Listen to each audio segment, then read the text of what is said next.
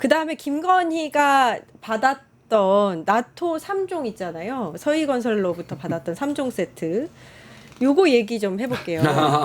재밌는 얘기네. 네. 중앙일보 단독이 나왔는데 더 받았대요. 7종 세트래요.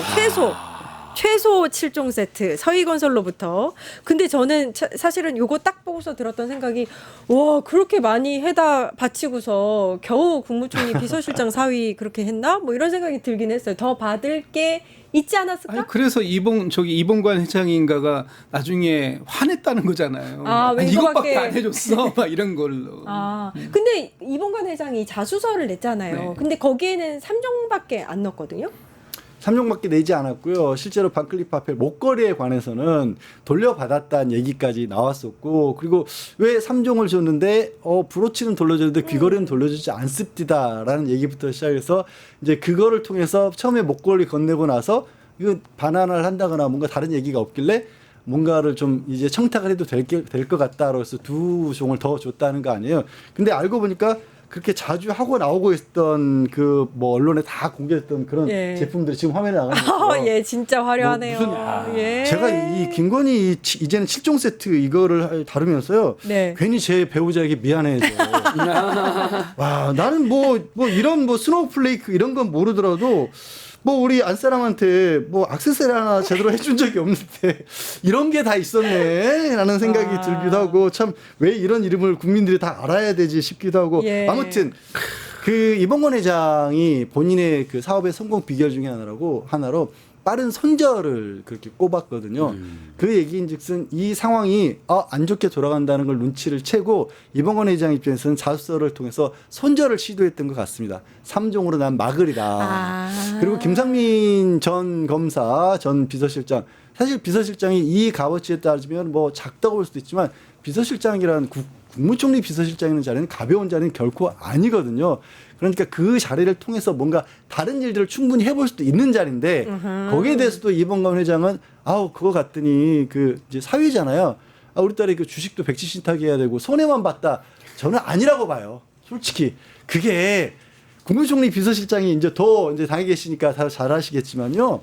각 행정부처의 장관들이 거기를 안 통하지 않고는 출입을 못 하는 데예요. 문고리 권력입니다, 사실. 뭔가 얻어냈을 것이다. 그렇게 그런 사업하시는 분이 저기에 꽂아놓고 아무것도 안 하려고 했다? 결국 이제 나중에 본인이 욕심내서 국회의원 출마하려다가 무산되니까 법률특보 없는 자리까지 만들어서 해줬잖아요. 그러니까 이게 이렇게 많이 또 갔던 게 또 설명이 되는 겁니다, 사실. 진짜. 네, 국무총리 비서실장만 얻으러 간 게 아니겠죠. 저는 서희건설이 전국의 지역주택조합 사업을 많이 하는데요. 그걸로 수없이 많은 고소고발을 당했거든요. 근데 저희한테도 민원이 엄청 많이 오는 게 그 서희건설 관련된 지역주택조합의 비리가 심각한데 제대로 수사가 안 되고 있다. 그럼 수사 무마 같은 것도 했을 수 있습니다. 뭐 최근에 서희건설 부사장이 최근에 구속된 적이 있습니다. 그래서 정권 바뀐 다음에 서희건설 부사장이 구속된 바 있는데 윤석열 정권 내내 또 다른 어떤 교회 건설이라든지 건설 특혜를 받을 수도 있고 또는 지역주택 조합 관련된 비리가 많은데 그 수사를 무마했다 이런 것들도 제가 다 들여다봐야 될 대목입니다. 뭐 그냥 비서실장만 이 탐욕스러운 이 서희건설 회장의 행보를 봤을 때 그냥 비서실장 다리는 기본이고 그걸 바탕으로 플러스 알파가 있었을 것이다. 그러니까 그리고 장신구 7종, 3종, 그다음에 4종 앞으로 더 있을 수도 있죠. 예. 뭐 더 갔을 수도 있습니다. 예. 제가 특검이라면 이쯤 되면 짜증 날 것 같아요. 뭐 수사하고 있으면 계속 계속 나갔다죠. 플러스 알파가 계속 나와 예. 또 나와 또 받았대. 난 이렇게 되지 않을까. 그래서 이번에 이제 그 특검을 연장할 수밖에 없는 그런 사안들이 이제 발생이 된 것이고요. 그리고 특검 연장 기간을 연장하는 거하고 또 수사 인력을 보강할 수밖에 없는 것들이 다 이런 것들 때문에 그런 겁니다. 그러니까 이게 무슨 이 고구마 줄기 하나를 캐듯이 하나를 캤더니 그냥 우수수수 그냥 쏟아져 나오는 상황인데 그럼 이게 전부일 것인가? 그동안 김건희 씨가 3년 동안 공개적인 행사에 다니면서 했던 귀금속들이 또 거기에 명품백이라든가 이런 네. 것들이 사실상 다 본인의 것이 아니라 이런 식으로 그 대가성의 매간매직 행위 때문에 받은 게 아닌가라는 것을 의심해 볼 수 있고 그런 부분들을 규명해 보기 위해서는 불가피하게 수사 기간을 늘릴 수밖에 없는 상황이다라고 보여집니다. 예. 아니 그 얘기 나오고 있어요. 국립뇌물박물관을 예. 아유. 너무 그러니까 많이 받으니까 그 온갖 장신구, 그다음에 온갖 뭐 아무튼 몸에 두른 모든 거, 가방, 뭐 신발 포함하여, 그다음에 옷도 굉장히 화려하게 많이 바뀌었잖아요. 그 모든 게 다 뇌물이었을 수 있잖아요. 다 들여다봐야 됩니다. 아, 다 들여다봐야 될 것 같아요. 처음부터 예. 철저히. 아니 근데 진짜 뭐 이제 와서 이런 얘기 하는 게 좀 우습기도 하지만 돈도 많으신 분이고 아, 그러니까. 또 다른 방법으로도 돈도 벌고 있었는데 그때도 공짜를 그렇게 좋아해. 그거 뭐 저기 저 다른 사람이 사고 있는 시계 보고 이거 좋아 보인다 그러고 뭐 그 해외에 나가려니까 이런 액세서리 필요하다 그러고 그리고 예. 버젓이 그렇게 부끄럽게 받은 액세서리 아무렇지도 않게 바깥으로 언론에도 다 노출되게 국제 행사까지 이걸 착용하고 갖고 했다라는 게 아니 도대체 이 정신 상태가 어떤 사람이었는지 그것은 제가 아. 이제 항상 분석을 해보면요. 이 김건희 최순실 일당은 원래 바늘도둑이었어요. 그다음 소도둑이 됐잖아요. 학력 조작, 경력 조작, 논문 조작을 하면서 사직 신분을 뻥튀기 하고 그걸로 정치검찰이나 재벌들하고 접근하고 무속인들 있고 이 과정에서 이제 큰 도둑이 된 거잖아요. 근데 옛날 바늘도둑의 버릇이 남아 있는 거예요. 작은 돈도 계속 챙기는 거예요. 그래서 역대 권력형 비례가 약간 달라요. 김건희 최순실 일당 보면요. 아. 몇백만 원, 몇천만 원도 챙겨요. 그냥 원래 그렇게 시작해가지고, 오, 저것도 챙겨야지. 저거 10개 오면 몇 억인데. 아. 그래서 끊임없이 서울 양평 고속도로라든지 삼부토건 주가 조작 같은 대규모 비리도 추진하면서도 저것들은 또 잘 안 될 수도 있잖아요. 대규모 비리라는 것은. 그러니까 매일매일 몇천만 원, 몇백만 원, 몇 억도 챙긴 거예요.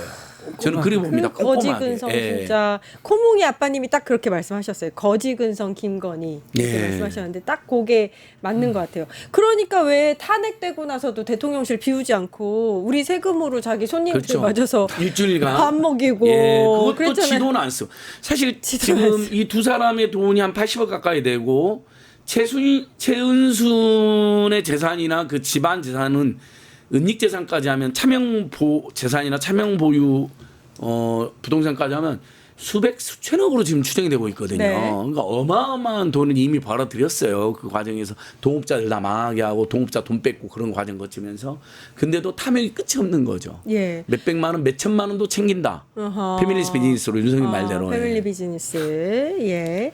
근데 이게 지금 일단 나머지 이제 그 받은 뇌물이라고 할 수 있겠나요? 그 귀금속들의 행방이 일단은 묘연한 상황이긴 합니다.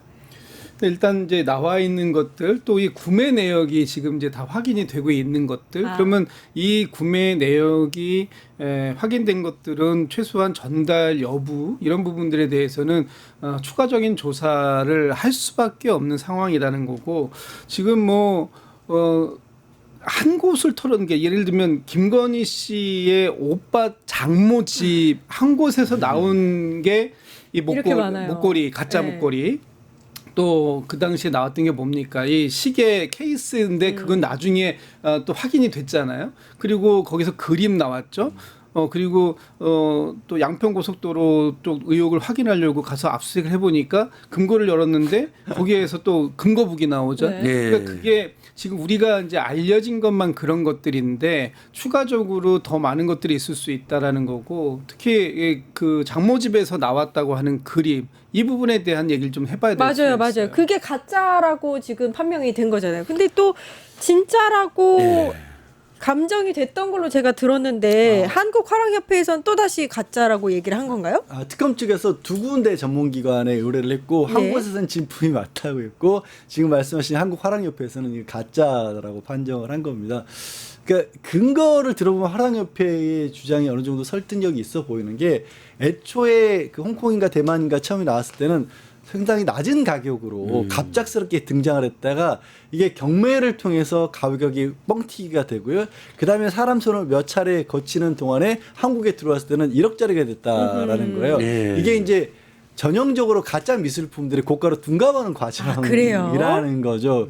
그래서 이제 그거를 아마 근거로 지금 들었었던 것 같고 그러면 저 이제 여기서 알 수 있는 이제 여기서부터 김상민 전 검사는 과연 이거를 진짜로 속아가지고 그럼 구매를 한 거냐 아니면 가짜인 줄 알았던 것일까. 그리고 이거를 처음에 이 가짜를 만들어낸 그 일당들은 이게 설마 대한민국 대통령 배우자의 손으로 갈 것인지 알고 만들었을까. 예. 그러지는 못했을 거 아니에요. 그 사람들도 아무 간이 배 밖으로 나오지 않는 한 그러지는 몰랐을 건데 정말 아까 안진걸 수장님이 말씀하신 것처럼 너무 많은 것들을 받아 챙기다 보니까 정말 그 가운데서 황당한 해프닝이 벌어진 게 아닌가. 근데 이게 만약에 진품이 아니면 네. 뇌물 성립이 좀 어려워지고 이런 건 없죠? 뇌물의 가치가 달라질 수가 있죠. 아. 그러니까 아무리 가짜라고 할지라도 가짜도 이 사람이 가격을 1억 원을 추구했으면 네. 그 1억 원의 경제적 가치가 속았다고 할지라도 그게 이 사람이 이 속인 사람한테 사기라서 죄를 묻는 것과 별개로 이 사람 입장에서 1억 원이 지출된 거예요. 받는 쪽에서도 1억 원을 알고 있었고 그렇죠. 다만 이제 그걸 진짜 1억 원으로 할 것이냐 아니면 가격을 좀 낮춰서 할 것이냐 이런 부분은 아마 법리상 새로운 판례가 하나 만들어지지 않을까. 그래요? 근데 그 특검 조사를 받을 때요. 김건희가 이 얘기를 했어요. 네. 유용한 화백의 이 그림에 대해서 보통 그거는 가짜가 많기 때문에 나라면 그 그림 안 사요. 이렇게 얘기했는데 이게 약간 지금 진품이 아니라는 게 밝혀지니까 연관이 좀 되더라고요. 글쎄 그게 정말로 본인이 감정을 해서일 것 같지는 않고 저희가 추측할 건데 그 목걸이도 가짜 목걸이를 만들어냈잖아요. 네. 그래서 그거를 가지고 이건 가짜였다. 그걸 내가 가짜를 아주 싼 가격에 구매했다. 이렇게 해서 아까 좀 전에 말씀 주셨던 것처럼 이 뇌물가액을 완전히 낮추려고 처음에 그렇게 진술한 게 아니었을까. 진짜라고 판명이 된다고 하더라도 본인은 가짜라고 우겨야 되는 상황. 그 그렇죠. 상황이었던 게 아니었을까라는 게 이제 제 추측이고요. 지금 좀 전에 말씀 주셨던 것처럼 이게 이제 처음에 그 대만에서 나올 때는 한 200만 원, 240만 뭐 원? 240만 원 예. 이렇게 나왔다가 이게 이제 경매가에 3천만 원 되고 한국에 들어와서 다시 경매하고 손 거치면서 1억이 넘는 가액이 됐고 결국은 그 김상민 검사라는 사람이 이 그림을 전달한 것 그리고 전달한 이후에 이 사람이 얻고자 했던 것 이것이 저는 굉장히 중요하다고 봅니다. 그러니까 가액이 중요해. 이게 진품 가품은 별개의 문제로 하고 김상민 검사가 왜 이것을 전달했을까? 결국 첫 번째는 본인이 그 창원에서 공천을 받기 위해서 했던 것이고 그 공천이 떨어지자 바로 국정원에 있지도 않은 그 법률특보라는 자리를 만들어서 글로 가잖아요. 사실상 이 그림에 대해서는 자기가 대가성을 받은 겁니다. 그렇기 때문에 이게 뭐 얼마짜리에서 출발했던지 관계없이 이 그림 자체를 전달한 건 분명히 대가성이 있었던 매간 매직이다. 이 부분에 대해서는 뭐 의심할 여지가 없지 않을까라고 생각합니다. 예, 네. 뇌물죄 적용에는 일단 전형적인 뇌물이죠.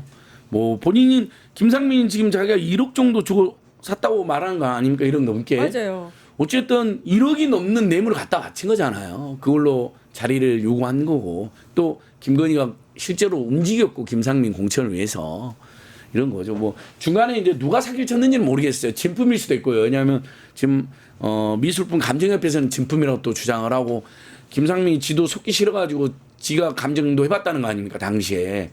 그러니까 진품이라고 줬겠죠. 설마 김건희한테 나중에 가품인 거 밝혀지면 공천을커녕 지 존재도 무사하지 못할 수가 있는데 네. 가품을 줬겠습니까? 설마, 그죠? 예, 그러니까 아마 진품이고 꼼꼼히 여기고 왜냐하면 또 김건희 어쨌든 화랑 전시 같은 게 있기 때문에 잘 알아낼 수가 있으니까 나름 안전하게 감정까지 하고 1억이 넘는 걸 갖다 바쳤고 김건희는 분명히 그걸 알았을 것이다. 예. 유튜브 구독하고 실시간 채팅과 댓글을 남기시면 매일매일 7천 TTCO를 드립니다. 참여 방법은 통통물 어플을 다운로드하고 회원가입과 로그인을 해주세요. 마이페이지에서 나의 회원 고유 번호를 복사해주세요. 유튜브 구독 후 실시간 채팅이나 댓글창에 고유 번호를 한 번만 입력하면 준비 끝! 지금 유튜브 채팅과 댓글 쓰기 참여하고 실천 TTCO 받아가세요.